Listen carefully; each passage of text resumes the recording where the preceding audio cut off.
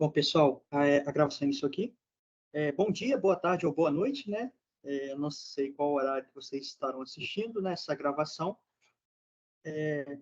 De antemão aqui, eu já gostaria de pedir desculpas, né, por não estar comparecendo aí no horário que a gente tinha estipulado para esse sábado às 9 da manhã, né? Mas vamos lá. A Manu, ela me passou algumas informações referentes, principalmente, né, às dúvidas que vocês têm sobre a disciplina, né, de farmacologia básica. A gente dividiu, eu e a outra monitora, Michele, optamos por dividir essa monitora em duas partes. Uma parte ela vai dar para vocês nesse horário estipulado, ao vivo, às 9 da manhã, né? E, e no qual a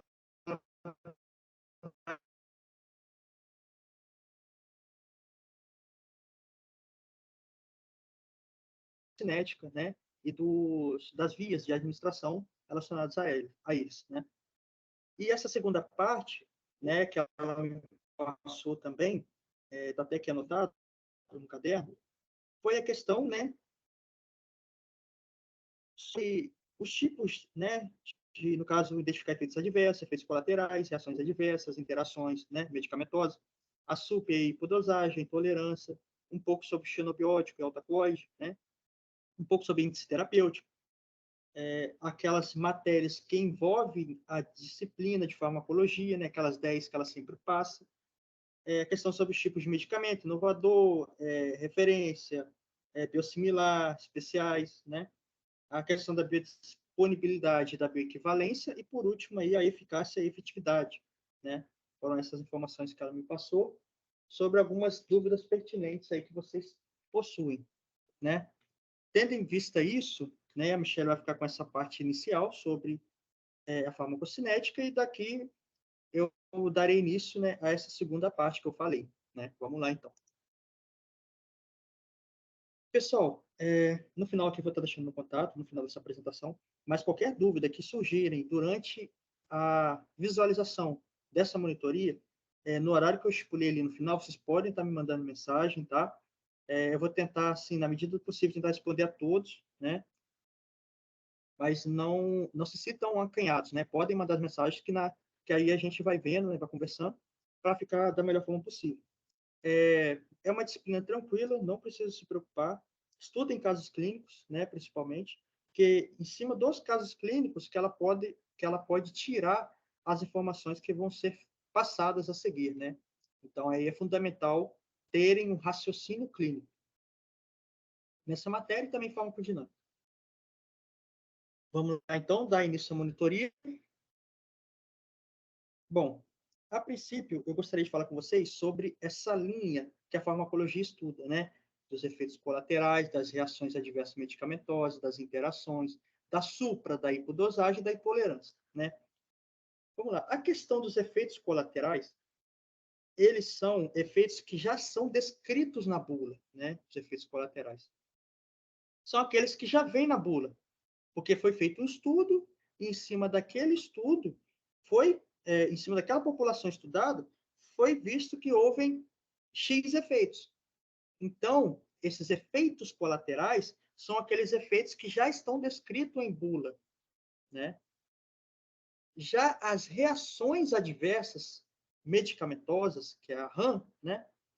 Ela está relacionada a um pequeno grupo, né? Esse pequeno grupo está relacionado, por exemplo, a uma hipersensibilidade, a um processo alérgico do uso daquela medicação, né? Igual muitas pessoas têm alergia de pirona, alergia a paracetamol, alergia a ibuprofeno, né? Então, isso são casos isolados específicos que, apesar de estar lá na bula, a reação de hipersensibilidade, ela se enquadra como uma reação adversa.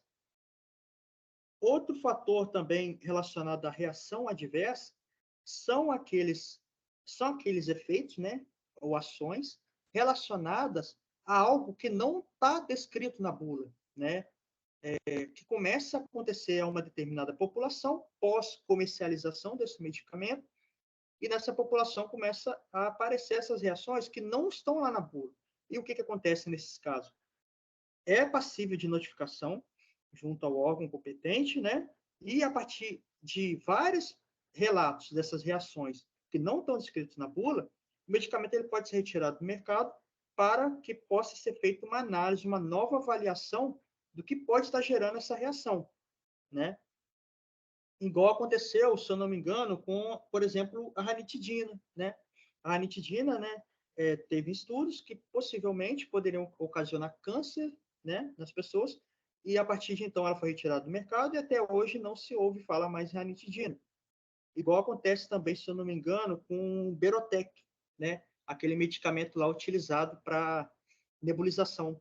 Berotec também é um outro tipo de medicamento, né? Que foi retirado do mercado por causa da taquicardia que ele podia causar nos pacientes, né? Então, o efeito colateral descrito em bula. Reação adversa são os efeitos alérgicos, aqueles efeitos que não estão descritos na bula. Que pode ocasionar uma determinada população, né? Novamente, passível de... Existe um tipo de interação que a gente tem medicamento, medicamento, álcool, medicamento, medicamento, alimento, medicamento, tabaco. A manual não especificou muito, então não vou entrar muito a fundo nesses tipos de interações. Mas, por exemplo, o que essas interações podem causar? Ela pode diferenciar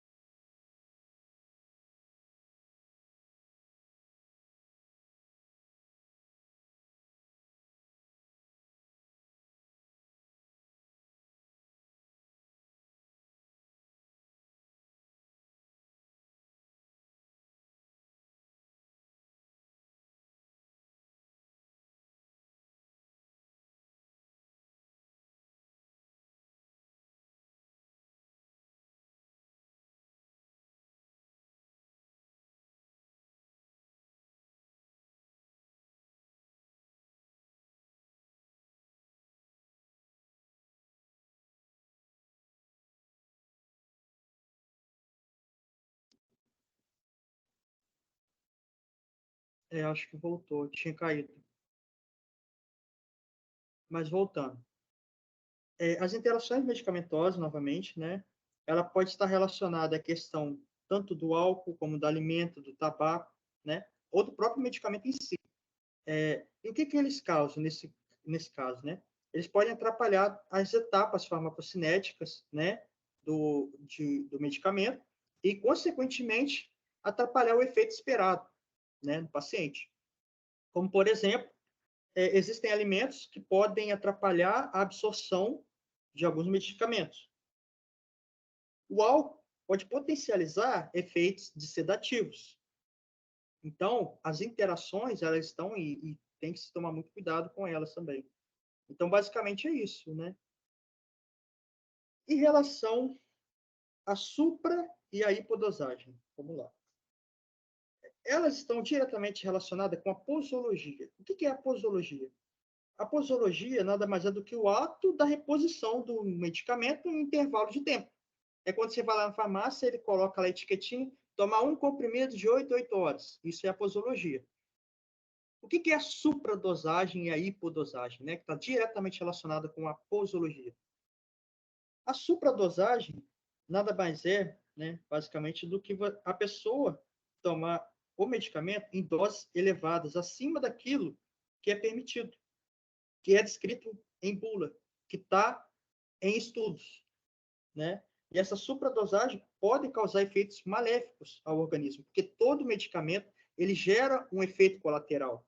Todo medicamento tem a bula lá, vai ter um efeito colateral, vai causar alguma coisa, né? Então essa supradosagem, ela potencializa esses efeitos colaterais e é extremamente tóxico para o organismo. Você administrar um medicamento na qual a dose ela é muito maior daquela que é permitida, daquela que está descrita nas farmacopeias, nas literaturas, nos estudos científicos, né?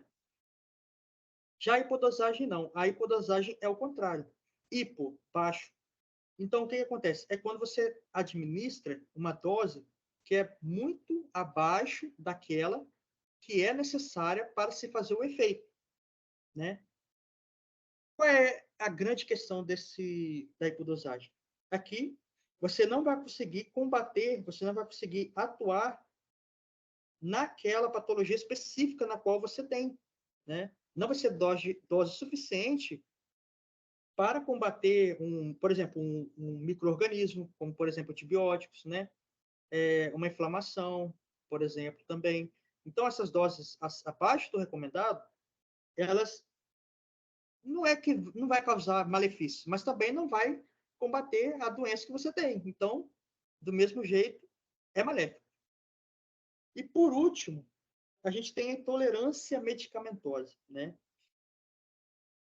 Essa intolerância acontece quando o organismo ele já não responde mais àquela terapia, porque a pessoa utilizou um medicamento durante muito tempo e, a partir de certo tempo, ele não tem receptores, né? Medicamento, no caso, suficiente para se ligar aos receptores. O que acontece? Quando a pessoa toma, por exemplo, um medicamento do sistema nervoso, um antidepressivo, um ansiolítico, a pessoa vai começar tomando, por exemplo, uma dose de 0,5 miligramas, certo? O benzodiazepínico aí. O que acontece? O organismo da pessoa, ela vai começar a criar uma intolerância àquele fármaco estranho que está entrando no organismo. Então, o que ele faz?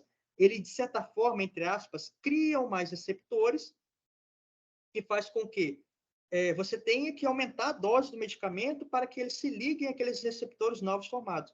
Então, cria-se tantos receptores que chega um momento que tem que trocar o antidepressivo, por exemplo. A mesma coisa acontece com medicamentos para dor, né? Chega a certo ponto que você tem tantos receptores de dor que você precisa ter que alterar, às vezes, de um paracetamol de uma dipirona para um opiáceo, por exemplo, uma codeína, né? Um outro tipo de medicamento desse tipo, né? E a intolerância, ela está muito relacionada ao efeito rebote. Eu não sei se vocês ouvem falar do Nelsoro, né? O Nelsoro é muito famoso. Ele causa ali a vasoconstrição, né?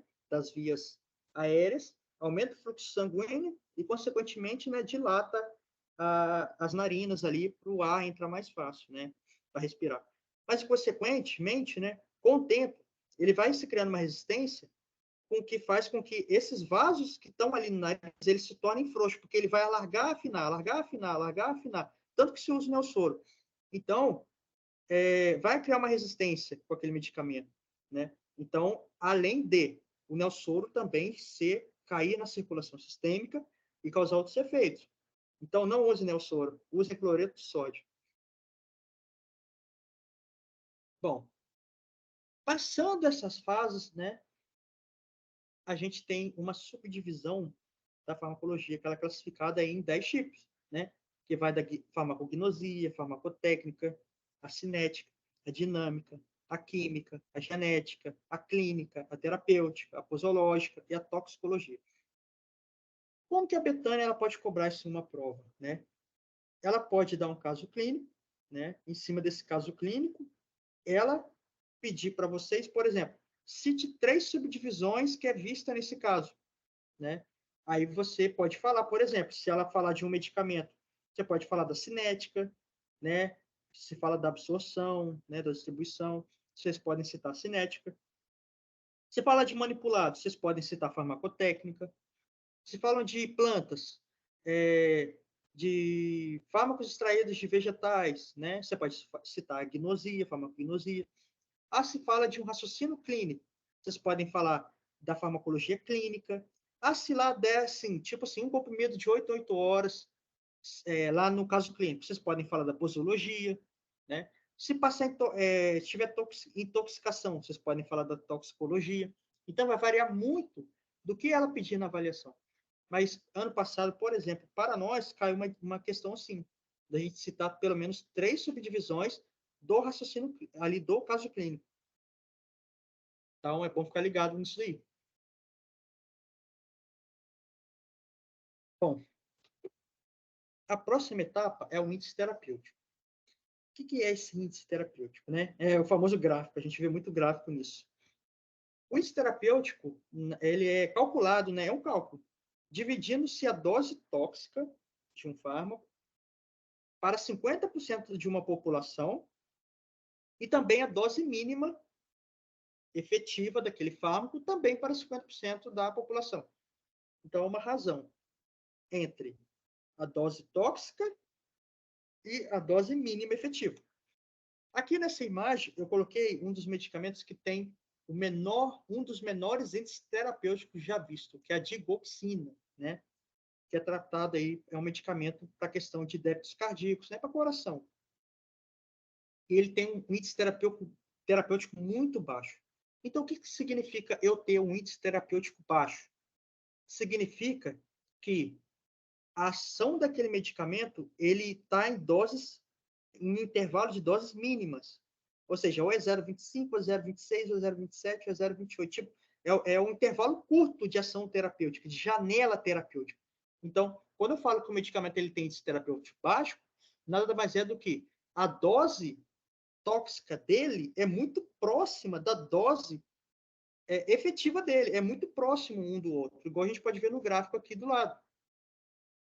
O gráfico aqui do lado demonstra isso, demonstra uma curva do efeito do fármaco em função do tempo, né? Então, é o efeito em função do tempo.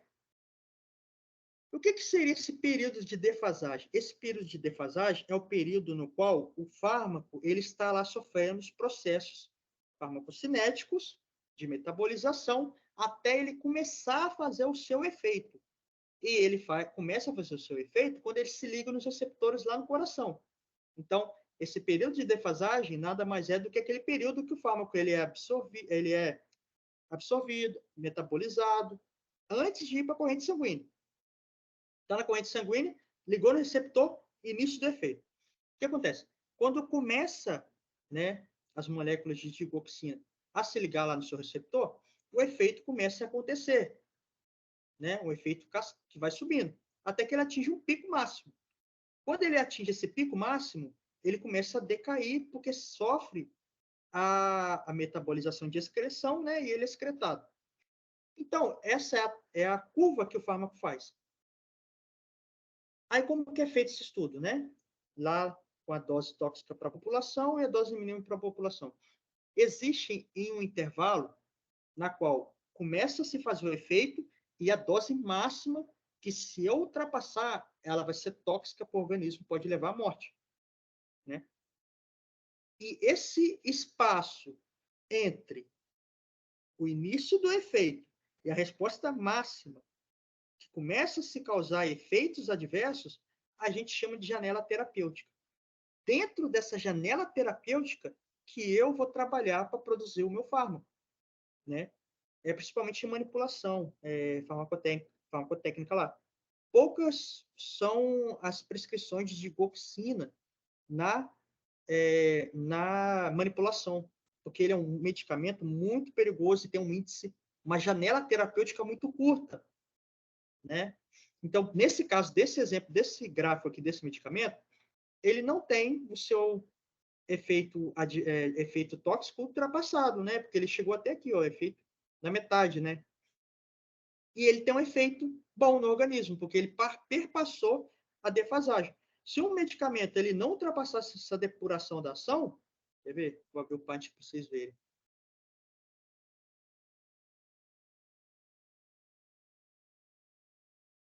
Vamos supor que essa linha vermelha que eu vou tracejar aqui é o início do efeito, né?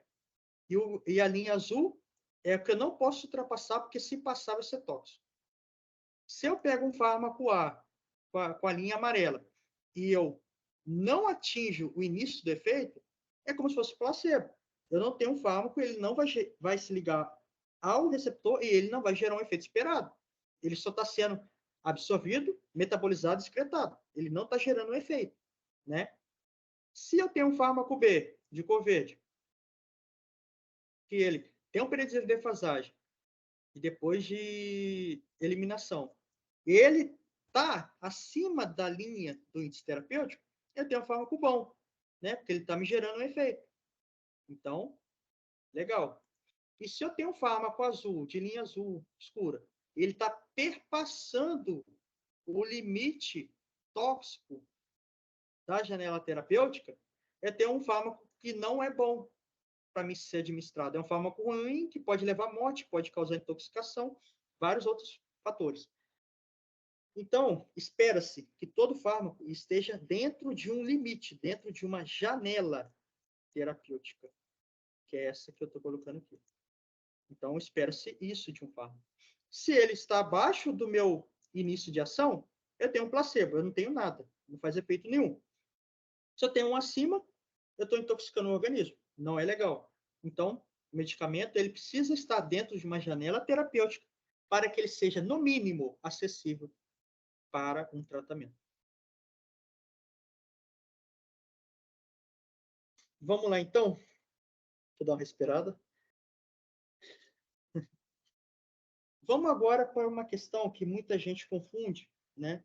Até em drogaria também, eu não sei quantos de vocês trabalham em drogaria, mas lá chama-se ético, similar, bonificado, genérico. Mas o que a gente precisa entender aqui são os termos que a legislação pede, né? Que são os tipos de medicamento que a gente tem no mercado, né?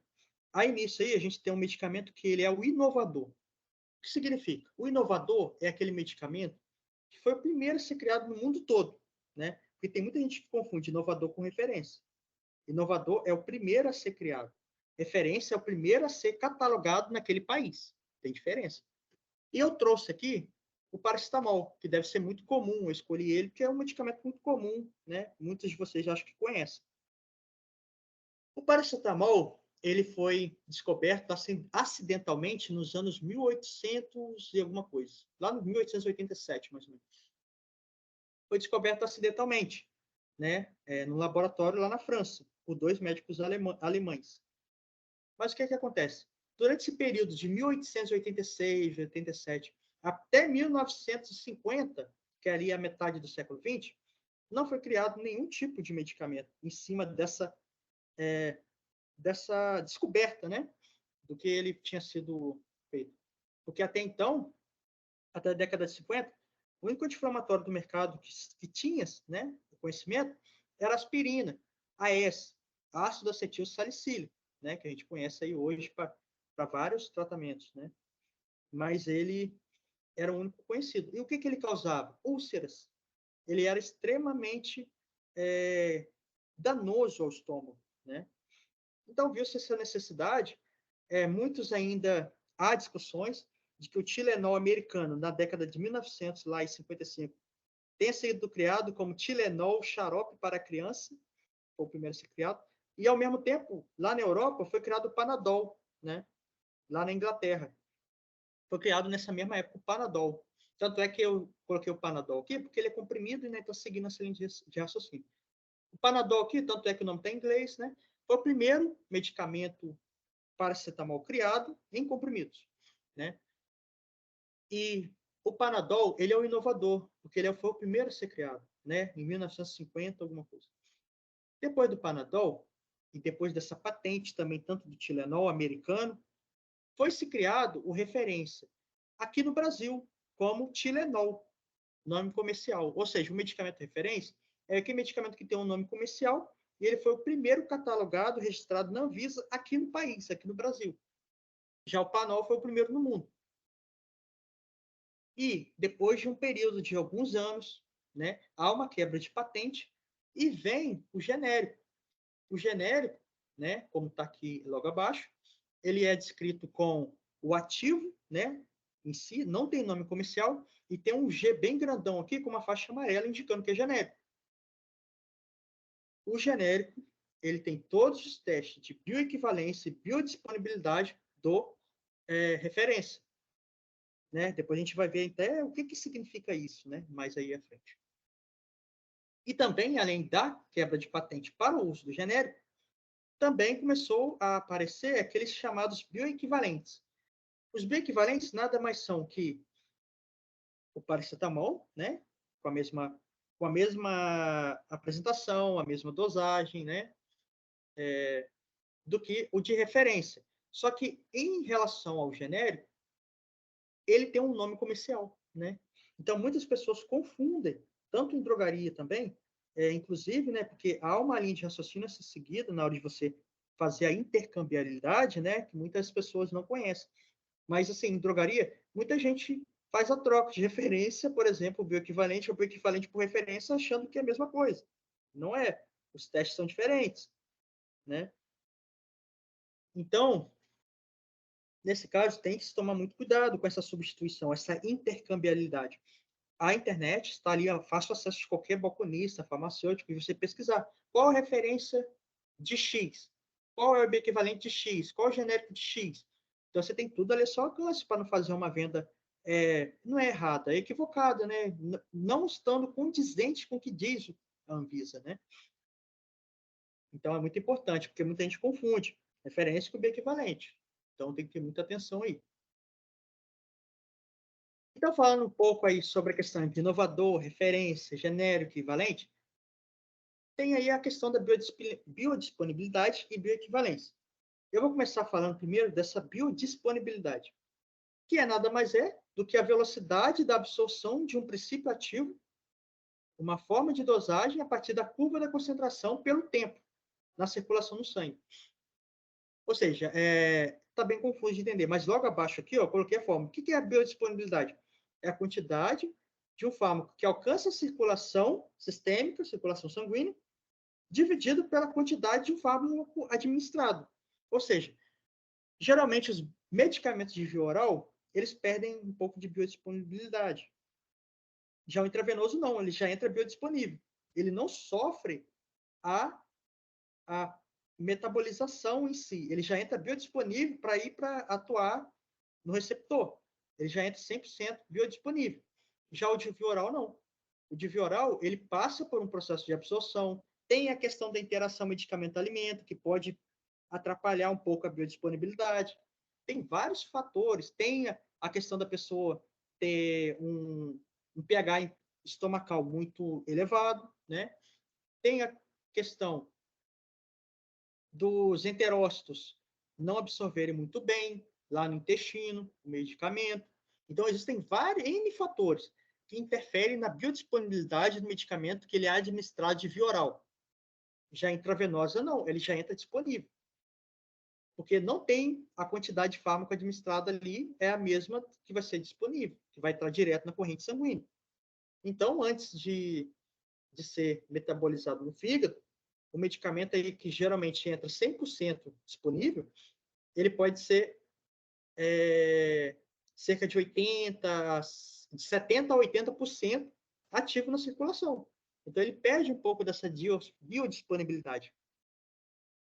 E aqui embaixo, porque tem um asterisco que fala um pouco isso, ó, que a biodisponibilidade depende da absorção de um fármaco e da entrada dele na circulação sanguínea, de uma forma inalterada, né? E, subsequentemente, as medidas de fármacos absorvidos são metabólito biotransformado. É o que eu acabei de falar. Existem N fatores que podem atrapalhar a minha disponibilidade desse medicamento, né? Tanto é que tem alguns tipos de medicamento que você não pode tomar próxima refeição, tem medicamento que você tem que tomar próxima refeição.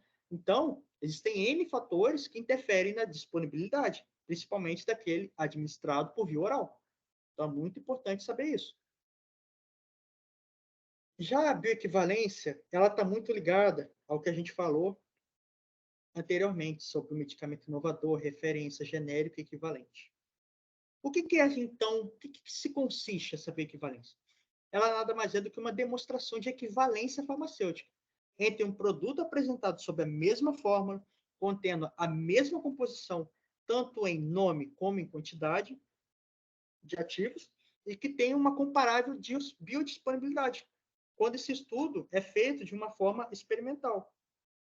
Então, aqui do lado, na imagem, eu coloquei um pouco sobre a intercambiabilidade. Então, a bioequivalência está muito ligada a isso, né? A essa intercambiabilidade. Porque o que acontece? O medicamento equivalente, ele não é intercambiável com o genérico. Se eu prescrever um equivalente lá na receita e eu for oferecer um genérico, eu não posso fazer isso. Essa venda não é permitida segundo a Anvisa, né? Eu tenho que, se ele prescrever um equivalente, eu tenho que vender o equivalente. E eu também não posso trocar equivalente por equivalente, né? Porque o que acontece? Para não confundir. O medicamento equivalente, vários laboratórios podem fazer o com o mesmo ativo. Paracetamol tem Dorsanol, tem Franol, Dosanol, tem vários tipos de Tilenol, não, Tilemax. Então, existem vários tipos de paracetamol equivalentes. Só que se eu botei na receita Tilemax, eu não posso vender Dorsanol, mesmo sendo o mesmo ativo, a mesma concentração e a mesma forma. Ou seja, em comprimidos, 500 miligramas, paracetamol, Dorsanol e Tilemax. Se eu coloquei na receita Dorsanol, eu não posso vender Tilemax de jeito nenhum. Equivalente não é intercambiável com equivalente. Tá? Então, muita atenção a isso. Outra questão. O equivalente, ele só é intercambiável com o de referência. Se eu quiser trocar o meu Dorsanol, eu posso, mas somente pelo Tilenol, que é o original, que é o referência. Tá? Então, tem que ter muito cuidado a isso.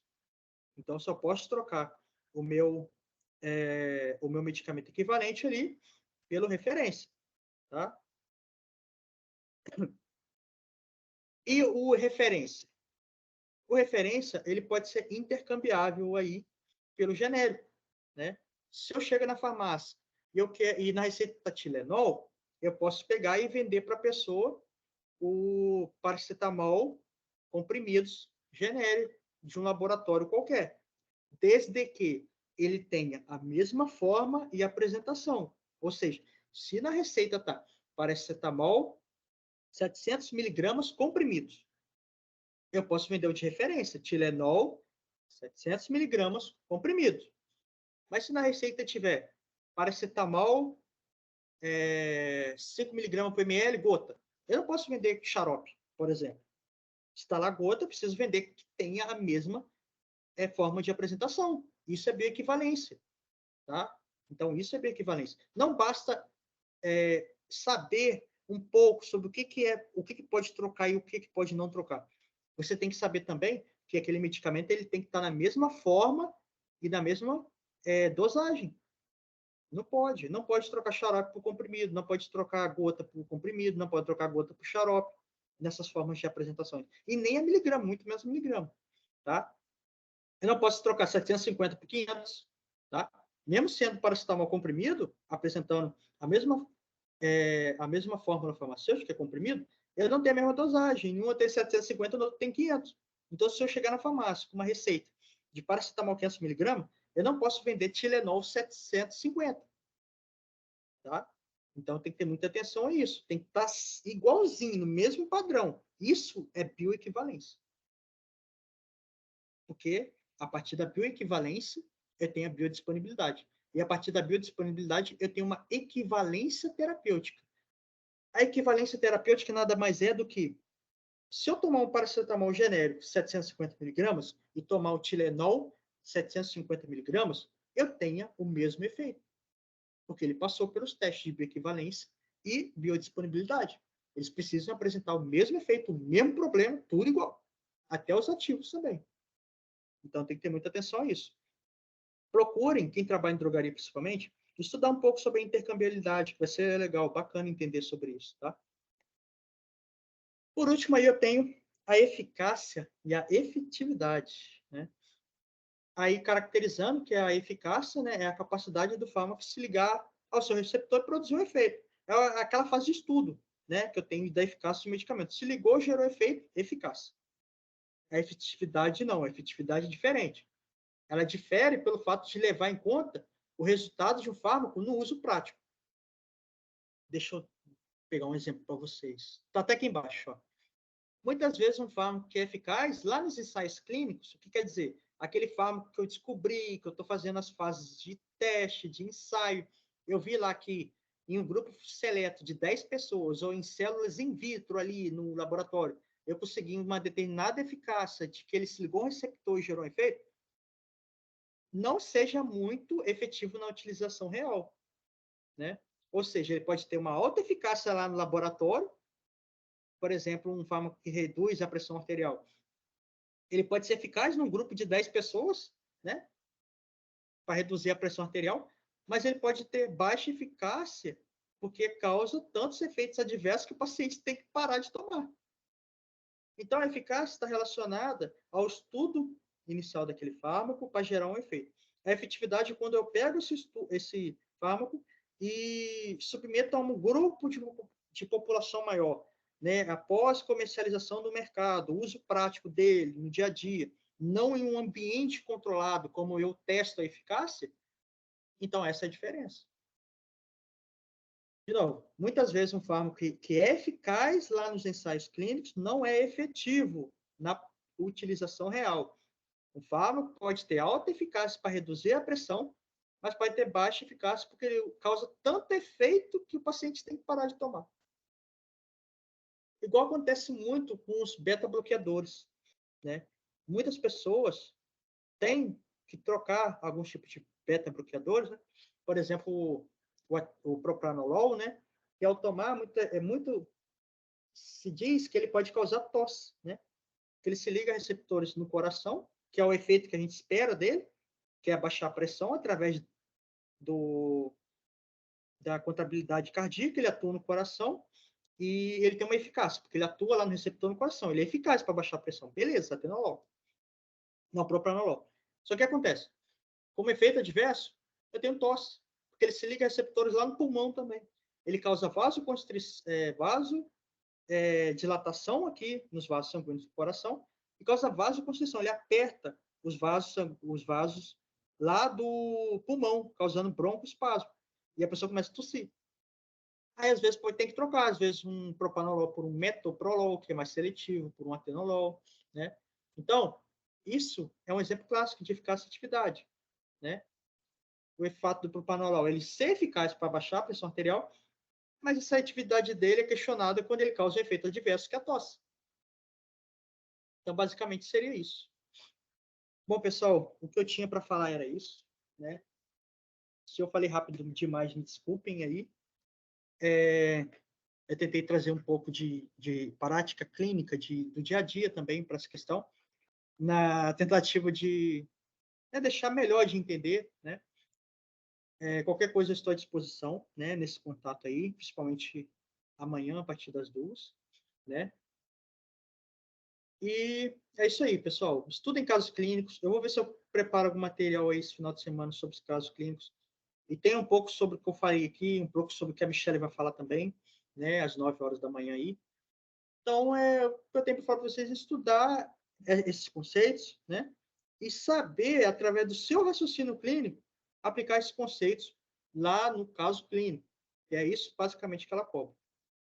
É uma prova tranquila, não precisa se preocupar, tá? É bem de boa. E qualquer coisa aí, eu estou à disposição para atender vocês aí, tá bom? Desculpe qualquer coisa e estamos às ordens. Vou parar a gravação aqui para vocês assistirem aí depois. Valeu, pessoal.